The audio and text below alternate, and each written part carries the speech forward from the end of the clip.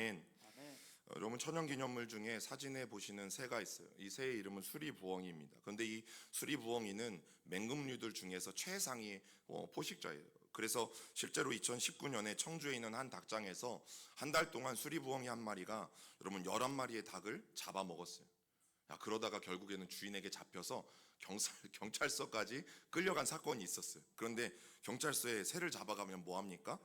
무죄로 풀려났대요. 그래서 무죄로 풀려나서 다시 산속에 방생해줬대요. 그런데 제가 최근에 이제 다른 수리부엉이의 이야기를 듣고 그 이야기가 저를 당황하게 만들었어요. 어떤 한 사람이 산행을 하다가 다친 어린 수리부엉이를 발견한 거예요.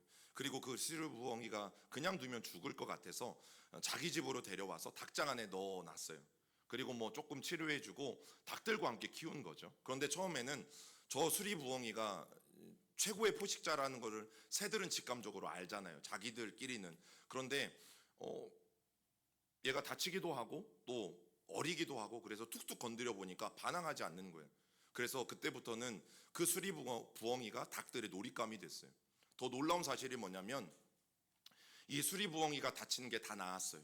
그리고 이제는 어린 수리부엉이가 아니라 성년이 되었어요. 그런데도 불구하고 이 닭들한테 꼼짝 못하는 수리부엉이가 된 거죠. 여러분 완전히 역전이 됐어요. 닭장에 저 수리부엉이가 뜨면 여러분 닭들은 무서워서 다 도망갈 수밖에 없어요. 그리고 수리부엉이는 닭을 잡아먹는 존재라고 말씀을 드렸잖아요. 그런데 이 닭장 안에 갇혀 살면서 수리부엉이가 자신이 수리부엉인지를 모르게 되었다라는 거예요. 자신의 존재가 얼마나 이 맹금류 사이에서 얼마나 높은 위치에 있는지를 새카맣게 까먹고 여러분 닭들에게 오히려 나중에는 괴롭힘을 당하는 그런 안타까운 신세가 되어져 버렸다라는 사실이죠. 여러분 최상위 포식자로서 위험은 사라졌어요. 그리고 이제부터는 닭들의 놀잇감이 되고 또 닭들의 핍박감이 되어서 안타깝게 닭장 안에서 살아가는 이 수리부엉이 이야기를 들었을 때 제가 아는 수리부엉이와 너무 달라서 여러분 저는 당황하게 되어진 거죠. 그런데 오늘 말씀해 보면 이제 지금까지 삼손의 삶을 살펴보면요, 삼손은 자신이 누구인지를 잃어버리고 살았던 사람 중에 하나가 삼손입니다.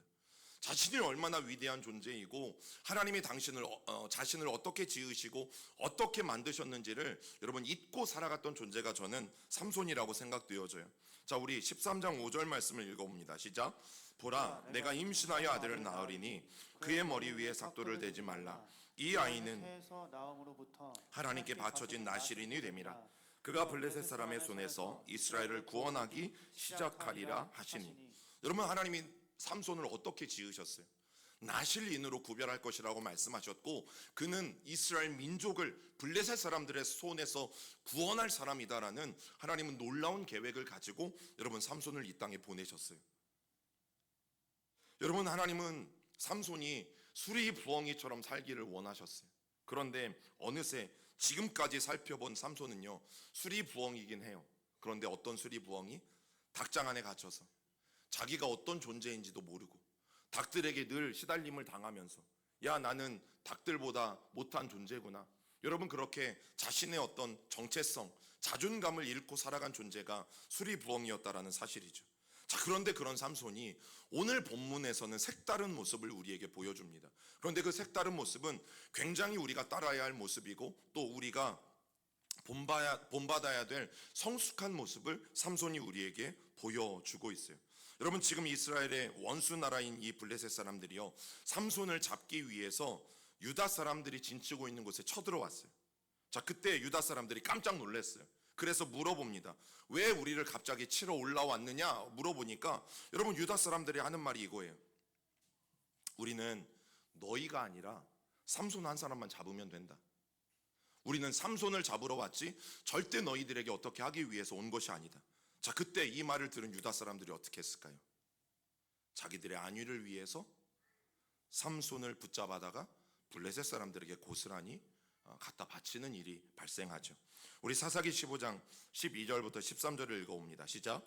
그들이 삼손에게 이르되 우리가 너를 결박하여 블레셋 사람의 손에 넘겨주려고 내려왔노라 하니 삼손이 그들에게 이르되 너희가 나를 치지 아니하겠다고 내게 맹세하라 하매 그들이 삼손에게 말하매 이르되 아니라 우리가 다만 너를 단단히 결박하여 그들의 손에 넘겨줄 뿐이요 우리가 결단코 너를 죽이지 아니하리라 하고 새 결박하고 바위 틈에서 그를 끌어내니라. 여러분, 그런데 이 구절이 저는 이해가 안 가요. 왜냐하면 지금 삼손은 자기 민족에게 배신을 당하고 있습니다. 삼손이 못났긴 못났어도 자기 민족을 해코지한 적이 없고 자기 민족에게 자기 힘을 행세한 적이 없어요. 늘 블레셋 사람들을 위해서 여러분 삼손은 힘을 썼고, 그런데 오늘 말씀해 보면 자기 민족에게 배신을 당하고 있는 상황에서 삼손이 아무런 저항도 하지 않아요. 그리고 순순히 밧줄에 묶여서 여러분 잡혀가는 모습이 여러분 저는 이해가 안 돼요. 지금 유다 사람들은 자기들 살겠다고, 여러분 다른 집하긴 하지만 같은 이스라엘 사람인 이 삼손을요 순순히 블레셋 사람들에게 내어주고 있어요. 여러분, 그런데 그 상황 속에서 반항하지 않는 삼손의 모습이 여러분 이해가 되십니까? 삼손은 부실한 나귀 턱뼈 하나로 여러분 블레셋 사람 1000명을 때려 죽인 사람이에요. 그에게는 어마어마한 힘이 있고 남들이 없는 괴력이 있는 사람이에요. 여러분, 마음만 먹으면 지금 자신을 결박하겠다라고 쫓아온 이 유다 지파 사람들을 당장이라도 한 방에 때려 눕힐 수 있는 힘을 가진 사람이 여러분 삼손이에요. 그런데 삼손은 무슨 이유 때문인지 아무런 저항도 하지 않고 오늘 본문이 말하는 것처럼 그냥 순순히 결박당해서 오늘 블레셋 사람들에게 잡혀가고 있다는 사실이죠. 여러분, 저는 이런 모습이 이해가 되지 않아요. 왜? 우리 모든 사람들의 마음속에는 분노의 마음들이 있잖아요. 또 이유 없이 내가 핍박당하는 것에 대해서 여러분 복수하고 싶은 마음은 누구에게나 있는 건 아닙니까? 그렇다면 삼손은 분명 싸울 힘도 있었어요. 괴력도 있었어요. 왜? 그런데도 힘 한번 쓰지 않고 순순히 블레셋 사람들에게 끌려가고 있는 것일까? 여러분, 대답은 간단해요. 지금 자기 동족들이 자기에게 이해가 되어지지 않는 이런 행동들을 하는 건 맞아요. 그런데 삼손의 마음속에는 그럼에도 불구하고 유다 사람들은 내 적이 아니다, 이스라엘 민족은 내 적이 아니다라는 분명한 고백이 있었어요. 아무리 이스라엘 사람들이 나를 싫어하고 나에게 이렇게 악한 일을 행해도 그들은 나의 적이 아니다. 여러분, 그것 때문에 오늘 삼손은 보복하지 않고 순순히 끌려가고 있는 것입니다. 그래서 어떤 경우에라도 내 민족, 내 사랑하는 내 민족은 내가 나귀 턱뼈를 들고 공격할 대상이 아니다라는 것을 여러분 삼손은 분명히 하고, 민족을 사랑하는 마음, 여러분 민족을 기억하는 마음이 삼손의 마음 가운데 있었다라는 사실이죠. 이런 삼손의 마음은 여러분 8절에도 나와 있어요. 우리 8절도 읽어볼까요? 8절, 15장 8절입니다. 시작. 블레셋 사람들의 정강이와 넓적다리를 크게 쳐서 죽이고 내려가서 에담 바위 틈에 머물렀더라. 여러분, 삼손이 여우를 잡아다가 한 번은 이 여우꼬리에 불을 붙였어요. 여우꼬리가 불이 붙으니까 여우는 어떻게 되겠어요? 이리 날뛰고 저리 날뛰겠죠. 그래서 여우가 이 블레셋 사람들의 지금 곡식이 한참 자라고 있는데 이 밭에 들어가서 이리 뛰고 저리 뛰고 하니까 블레셋 사람들의 이 밭 전체가 온통 불바다가 되어진 상황에서 여러분 너무너무 화가 나서 이제 블레셋 사람들이 삼손을 잡겠다고 난리를 부리는 거예요. 자, 그때 삼손이 에담 바위에 숨어요. 근데 저 에담 바위는 어디에 속한 지명이냐면 블레셋 사람들의 땅, 그 지경 안에 있는 지명이 바로 에담 바위예요. 그럼 지금 삼손은 어디에 피해서 숨어 있는 거예요? 블레셋 사람들의 땅에 숨어 있는 거예요. 여러분, 이해가 되어지지 않죠. 왜냐하면 블레셋 사람들에게 잡히지 않으려면 어디로 피해 가야 맞습니까?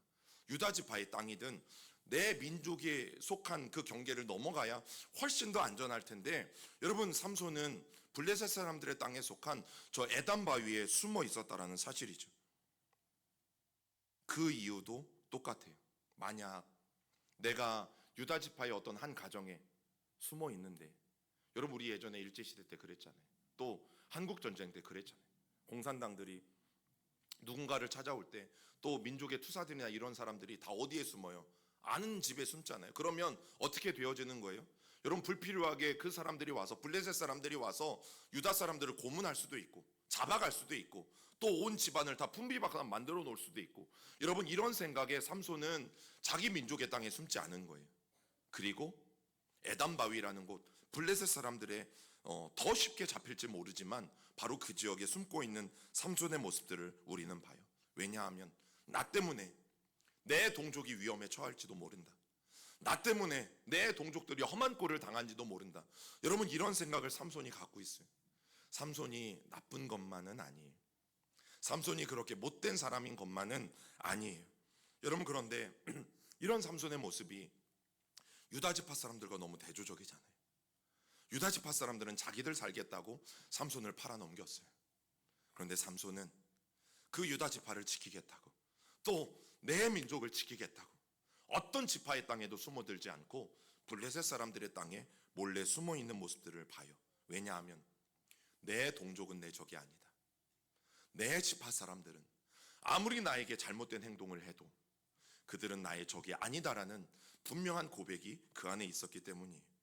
여러분, 오늘 하나님의 말씀을 준비하면서 이 삼손이 보여주는 정말 자기 민족을 향한 이 큰 마음, 여러분, 이 큰 마음 때문에 자꾸 묵상하게 됐어요. 그리고 다짐하게 됐죠. 나도 내 어떤 유익이나 내 어떤 안위 때문에 절대 이웃을 적의 손에 넘겨주는 일들은 하지 않겠다. 혹 내 잘못을 감추기 위해서, 또 내 부끄러움을 감추기 위해서 성도들을 이용하거나 가족을 이용하거나 아니면 내 아는 사람들을 이용하는 일들은 나는 절대 하지 않겠노라고 다시 한번 다짐하게 되어지죠.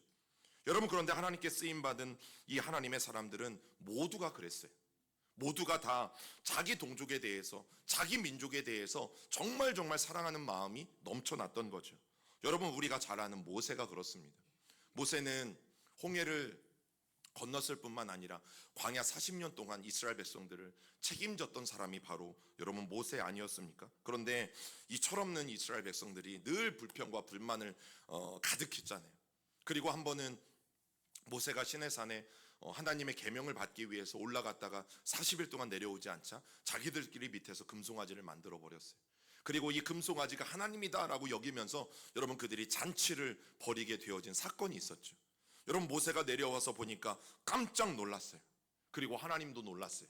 그리고 하나님이 너무너무 화가 나셔서 하나님이 그 이스라엘 백성들을 다 쓸어버리겠다라고 선포하셨어요. 여러분, 그때 모세가 어떻게 하는 줄 아십니까? 하나님, 그래도 그들의 죄를 용서해 주세요. 하나님, 그렇지 아니하시면 원하건대 하나님의 그 이름책에서 하나님 내 이름 빼주세요. 여러분, 모세는 그렇게 기도했습니다. 하나님, 저들 잘못한 거 맞아요. 그러나 하나님 용서해 주세요. 이게 모세의 중보 기도잖아요. 하나님, 그래도 저들 사해 주세요. 하나님, 그렇게 하지 않으실 거면 내 이름을 하나님의 생명책에서 지워줘 주세요.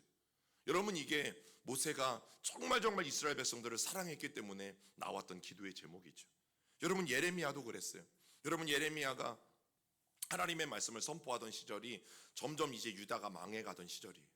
그런데 하나님의 말씀을 그대로 받고 그대로 선포하는 이 예레미야에게 여러분 이스라엘 백성들이 어떻게 하는 줄 아세요?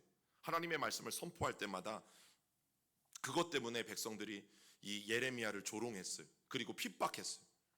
그리고 치욕스럽게 이 예레미야를 치부했어요. 여러분, 그러면 우리는 계속 말씀을 전하고 싶어요? 안 전하고 싶어요? 안 전하고 싶죠. 나는 이미 전했고 안 들으면 니네 책임이고 여러분 끝날 수 있잖아요. 그런데 예레미야가 이 20장 9절에 보면 이렇게 말해요. 다 같이 읽어봅니다. 내가 다시는 여호와를 선포하지 아니하며 그의 이름으로 말하지 아니하리라 하면 나의 마음이 불붙는 것 같아서 골수에 사무치니 답답하여 견딜 수 없나이다. 그럼에도 불구하고 나는 뭐 해야겠다? 하나님의 말씀을 나는 여전히 선포해야겠다. 왜냐하면 아무리 내가 동족들에게 욕을 먹고 그들의 비난과 모욕을 내가 받고 있지만 그러나 하나님이 그 백성을 사랑하시고 나도 하나님의 마음으로 이 백성들을 사랑하기에 나는 수많은 모욕과 수치를 내가 듣지만 나는 여전히 하나님의 마음을 선포할 것이다 라고 여러분 예레미야가 말하고 있는 것이죠. 그래서 오늘 이 아침에 우리가 곰곰이 생각해 봐야 할 것은 여러분 내가 받은 이 은혜의 물꼬를 나는 어디로 열고 어디로 트고 있는가 하는 것이. 여러분, 우리가 교회 안에서 은혜 받았다는 말 참 많이 하잖아요. 또 하나님이 내게 축복하셨다는 말 참 많이 하잖아요. 그런데 나는 이 하나님의 은혜와 축복의 물꼬를 어디로 트고 있는가? 어디로 활짝 열고 있는가?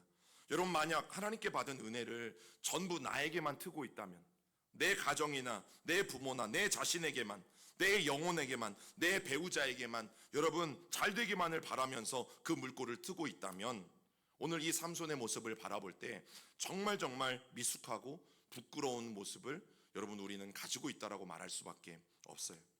여러분, 제가 이제 촌놈이라고 말씀을 드렸잖아요. 충남 논산시 노성면 교촌리가 제 고향이고, 그래서 어린 시절에는 이제 아버지가 농사를 좀 지으셨어요. 그런데 이제 모내기를 하고 또 물을 대야 되는 철이 있거든요. 근데 저희 논이 이 논 중에서도 양수장에서 제일 거의 끝에 있었어요.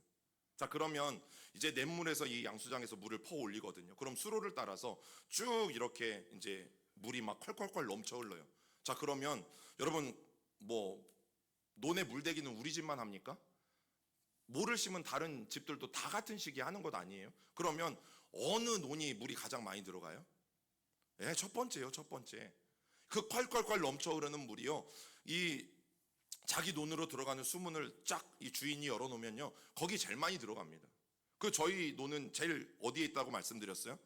끝에 있다고 말씀드려요. 그러면 이 콸콸콸 넘쳐 흐르는 물이 저희 논에는요 쫄쫄쫄 들어와요. 쫄쫄쫄. 그러면 제때 물을 받기를 해야 되는데 물을 받을 수 없는 거죠. 그때 아버지의 특명이 이제 저녁 먹을 때쯤 떨어져요.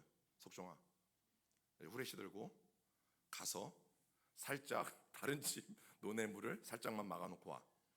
아, 그리고 여러분, 우리 아버지 나쁜 분 아니시니까, 자, 그리고 이제 아침이 되면 또 빨리 가서 원상복구를 하죠. 여러분, 그런데 이 논에 물대기를 하는 주인들도 사실 남의 논 신경 쓰지 않아요. 왜요? 내 논이 중요하니까. 그래서 이 수로에서 가장 첫 번째, 양수장에서 첫 번째 흘러나오는 논은 늘 사실은 농사가 잘 돼요. 거기는 언제라도 문만 열면 물을 마음껏 받았을 수 있기 때문에. 그런데 저희 집처럼 늘 끄트머리에 있는 논들은 이렇게 밤에 가서 남의 집 문도 잠궈놓고 우리 집 문도 열어놨다가 또 아침에 가서 또 우리 집 물만 받으면 안 되니까 또 남의 집 문들 다 열어주고 우리 집 문은 또 이렇게 하는 수고들을 해야지만 여러분 제때 물대기를 하고 농사를 지을 수 있어요. 여러분, 내 논만 물 잘 들어가면 괜찮아요. 그래서 가을에 우리 집 벼 농사만 잘 되고 남의 집들은 다 벼가 뭐 잘하든 말든 다 그냥 조그만 하든 말든 여러분 그렇게 그냥 끝나버리면 여러분 그거 정말 괜찮은 거예요. 그래서 하나님 가을에 보니까 와, 우리 집 농사는 잘 됐어. 오, 하나님 다른 농부들과 다르게 하나님 우리 집에만 이렇게 풍성한 수확을 주시니 이거 하나님 은혜입니다. 이거 하나님 정말 축복입니다. 하나님 감사합니다. 여러분, 이거 맞는 말이에요? 내가 욕심부려서 우리 집 논에만 물 많이 돼가지고 우리 집 농사만 잘 된 거잖아요. 그런데 어떻게 그런 상황들을 내가 무시하고 하나님 우리 집에만 이렇게 다른 집들과 비교해서 이렇게 놀라운 풍성한 수확을 주시니 너무너무 감사합니다. 하나님 은혜입니다. 여러분, 정말 그렇게 말할 수 있냐라는 것이죠. 여러분, 정말 그런 것들을 하나님의 은혜라고 우리가 고백할 수 있는가? 아무리 하나님의 은혜를 받으면 뭐합니까? 또 우리가 하나님의 은혜라고 아무리 말하면 뭐합니까? 그 은혜 받고 그 축복 받아서 여러분, 만약 내 목마름만 해결되길 바라고 내 자식만 잘 되길 바라고 우리 가정만 풍성하게 되길 바라고 내 영혼만 살아나길 바라고 여러분 결국 나에게만 그 은혜의 물꼬를 튼다면 여러분 정말 그것을 하나님의 은혜라고 말할 수 있을까? 여러분, 그런 싸구려 은혜를 말하는 그리스도인들이 교회 안에 많아요. 제가 싸구려 은혜라고 말하는 것은 보네포 목사님이 그렇게 말했어요. 나에게만 좋고 나에게만 향하는 그 은혜는 값싼 은혜다. 그것은 싸구려 은혜다라고 여러분 보네포 목사님이 이야기했어요. 그러나 예수님이 친히 모범을 보여주신 십자가의 은혜, 우리가 말하는 그 십자가의 은혜는 뭡니까? 오히려 반대잖아요. 예수님이 죽으심으로 내가 살아요. 예수님이 십자가의 고난 받으심으로 우리가 나아요. 예수님이 징계를 받으심으로 우리의 문제가 해결돼요.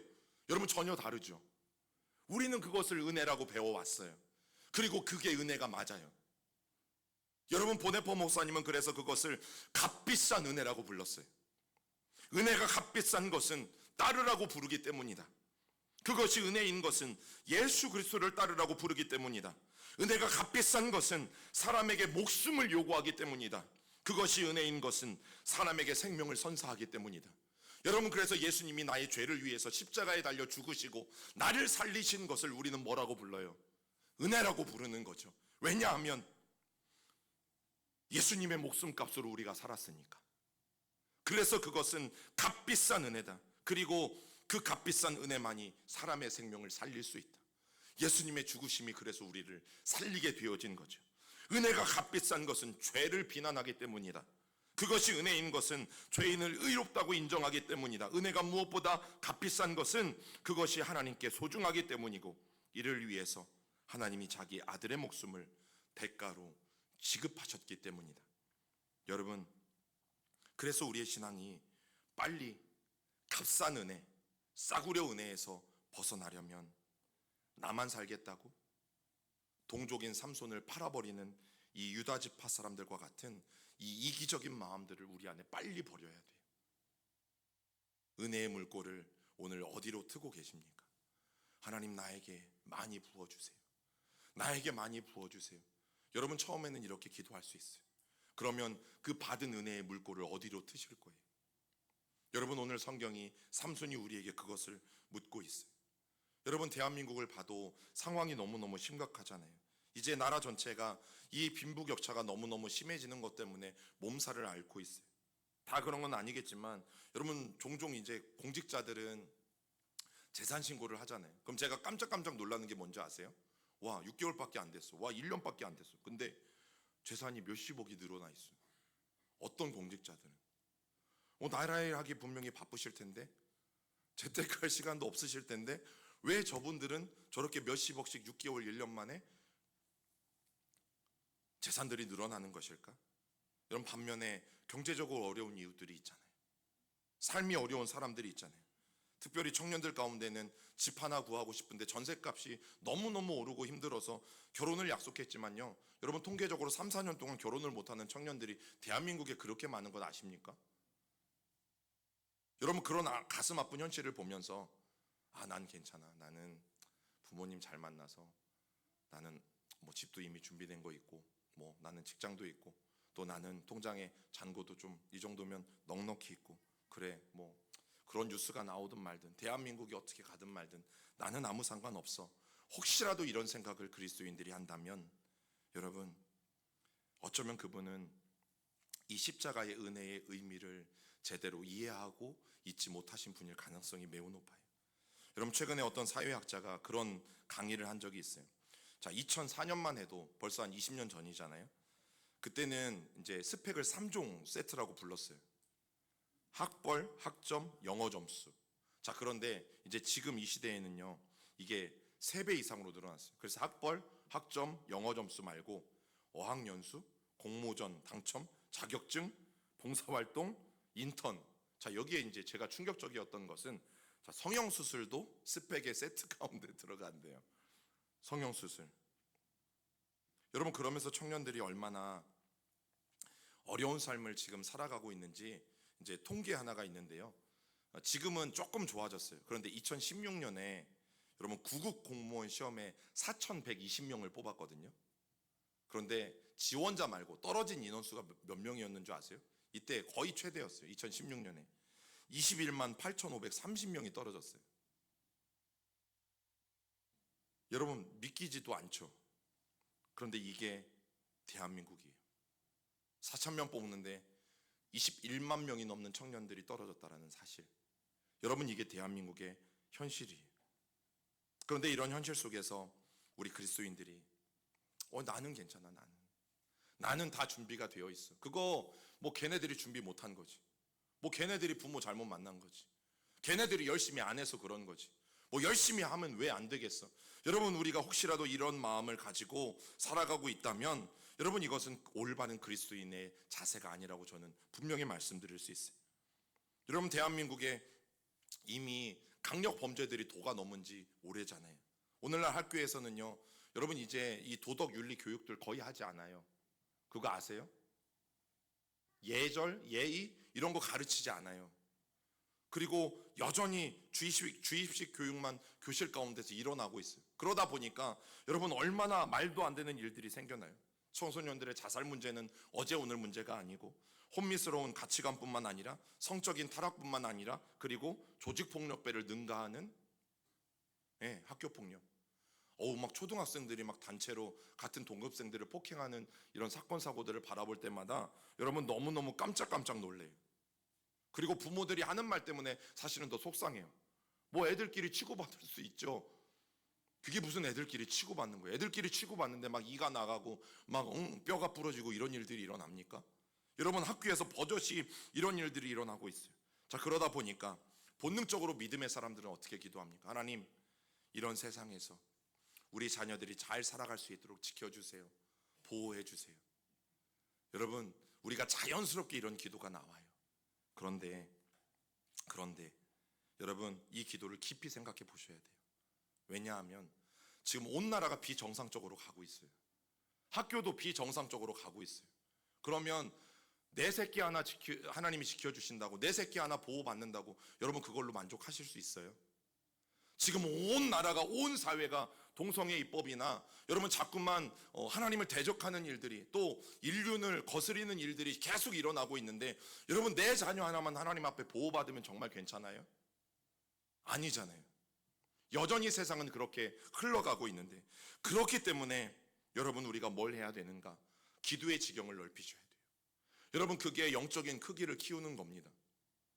영적인 크기를 키운다라는 말은 우리가 뭐 능력이 많아져서, 은사가 많아져서 뭐 기도할 때마다 병 고치는 일들이 일어나고 여러분 이런 것들을 말씀드리는 게 아니라, 여러분 가장 먼저는 우리의 기도의 지경을 넓힐 수 있어야 돼요.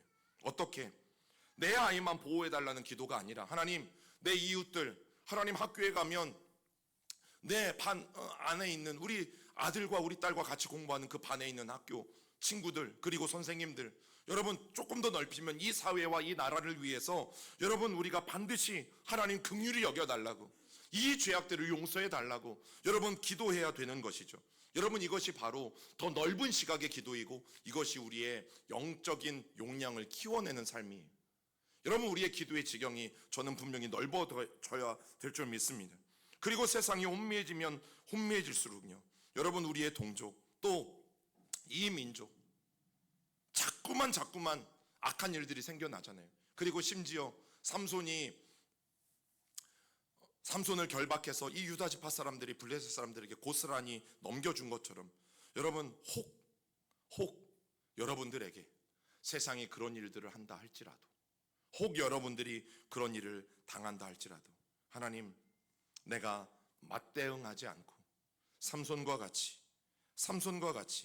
하나님 정말 마음은 용서가 안 되지만, 마음에는 복수해주고 싶지만, 내가 똑같이 때려주고 싶지만, 그러나 하나님 내가 맞대응하지 않고 다시 한번 그 은혜의 물꼬를 그 원수에게 흘려보내겠습니다라고 여러분 기도할 수 있는 그런 역량까지, 우리의 이 영적인 용량이 커져갔으면 좋겠어요. 여러분 그게 영적인 용량을 키우는 거예요. 여러분 먹방 유튜버 중에 찌양이라는 분을 아십니까? 예, 이분이 엄청 많이 먹어요. 여자고요, 체격이 굉장히 호리호리하거든요. 근데 하루 종일 먹어요. 그냥 찔끔찔끔 먹는 게 아니라 라면도 뭐 보통 한 번 삶으면 15개 막 이렇게 먹어요. 저는 2개 이상을, 제가 이렇게 생겼어도 2개 이상을 못 먹어요. 하나를 삶으면 밥을 말아 먹을 수 있지만 2개를 삶으면 저는 절대 밥을 못 말아 먹어요. 근데 이분은 하루 종일 먹어요. 잠자는 시간 빼고 또 먹어요. 이유가 뭘까요? 그것을 담을 수 있는 용량이 큰 거죠. 제가 아무리 많이 먹어도 저는 그분의 10분의 1을 못 따라가요. 여러분 그런데 영적으로도 마찬가지예요. 영적으로도 주님을 위해서 엄청난 일을 하면서도 그거 마땅히 제가 해야 될 일이었습니다. 그거 마땅히 하나님께서 저에게 주신 사명이기 때문에, 제가 감당해야 될 일이었기 때문에 제가 감당한 겁니다. 여러분 이렇게 하나님 앞에 고백하시는 분들이 있는가 하면, 어떤 분들은 아주 작은 일을 하고도 스스로 굉장히 막 포만감을 느껴요. 마치 찌양은 라면 15개를 먹어야 그제서야 조금 배부르다 이러는데, 여러분 라면 몇 젓가락 먹고, 아니면 밥도 한 숟가락 2숟가락만 먹고 나 너무너무 배부르다라고 말하는 사람처럼, 하나님 앞에 정말 작게 어떤 것을 해놓고 작은 것도 잘 하시는 거예요. 근데 너무 혼자 은혜가 충만해서 내가 다 한 것처럼 여러분 그런 교만해지는 경우들도 본다라는 사실이죠. 여러분 그런데 밥이야 그래요. 밥이야 조금 먹고 포만함을 느끼는 것 별로 문제는 안 된다라고 생각해요. 그런데요, 이 영적인 문제는 달라요. 영적인 문제에 있어서 그런 태도는 매우 곤란합니다. 여러분 그렇기 때문에 우리는 하나님 앞에 기도할 수 있어야 돼요. 하나님, 저의 이 영적인 용량을 키워주세요. 저의 기도의 지경을 하나님 제가 넓어지기를 간절히 원합니다. 제 영적인 용량을 키워주셔서 하나님은 어쩌면 나를 수리부엉이 같이 맹금류 중에 이 최상의 포식자처럼 정말 당당하게 살아가도록 나를 지으셨는데 닭장에 갇혀진 이 수리부엉이처럼 닭들에게 온갖 고난과 핍박을 당하면서 내가 수리부엉이였다라는 사실조차도 모른 채 살아가고 있는 이 모습들 속에 있다면 여러분 우리는 하나님 앞에 다시 기도하고 더 높은 곳을 바라보는 그 원대한 꿈을 꾸셔야죠. 그래서 저는 우리 교회 청소년들 또 우리 교회 청년들에게 당부하고 싶습니다. 여러분 어렸을 때부터 우리 어른들은 다 기억하실 거예요. 어렸을 때 대통령 꿈 아니었던 사람 손 들어보세요.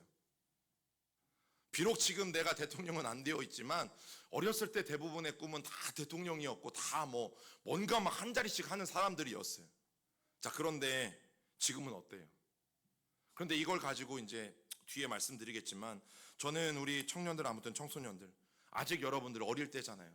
좀 하나님 앞에 기도하면서 꿈 좀 크게 꾸세요. 괜찮아요. 지금 나중에 그게 바뀌든 마든 어쨌다 쳐도 여러분 이 어릴 때 철없을 때의 장점은 뭡니까?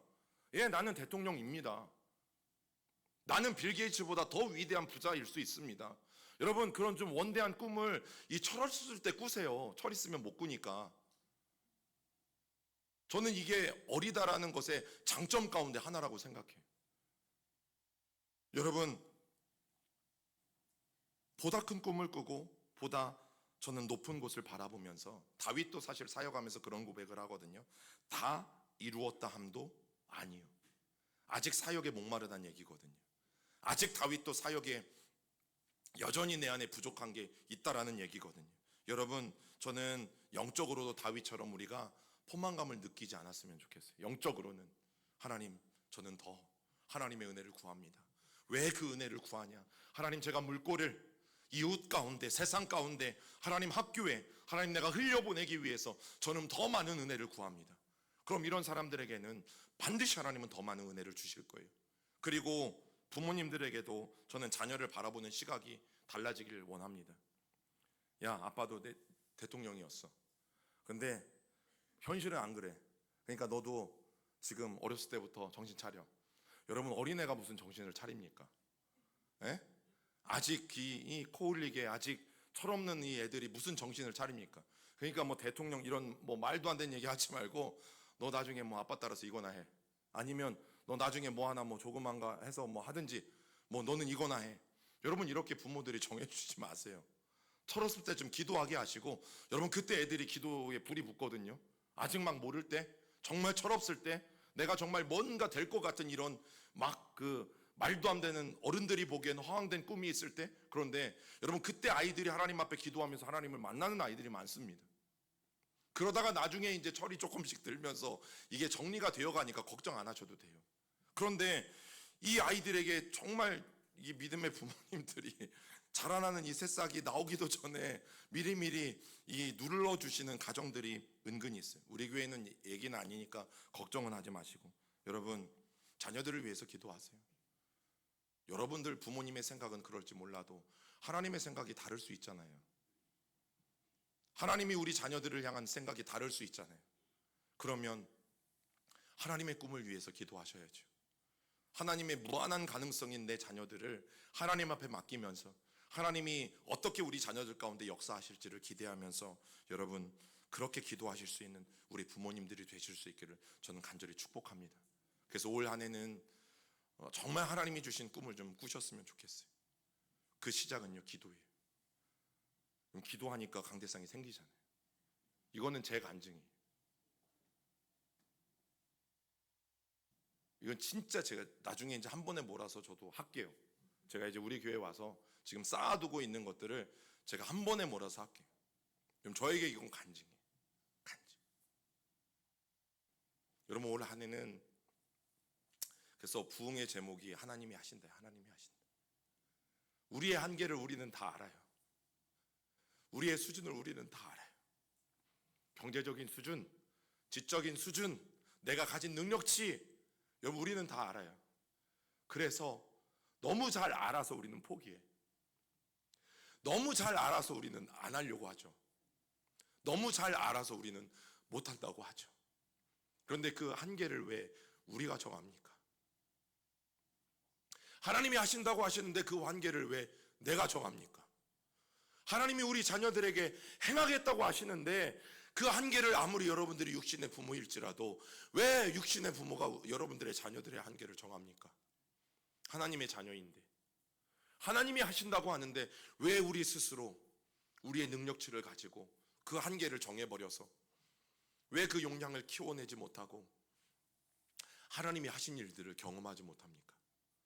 여러분, 우리는 그러지 않았으면 좋겠어요. 그래서 하나님의 그 열심을 가지고 하나님이 분명히 행하신다는 사실을 믿고 여러분, 우리의 용량을 좀 키워내시는 믿음의 용량을, 기도의 용량을, 또 우리의 영적인 용량을, 또 우리의 시각을 더 높은 곳으로 들어서 하나님이 바라보게 하시는 그 곳으로 바라볼 수 있도록 여러분, 그런 한 해가 될 수 있기를 저는 간절히 축복하고 또 소망합니다. 우리가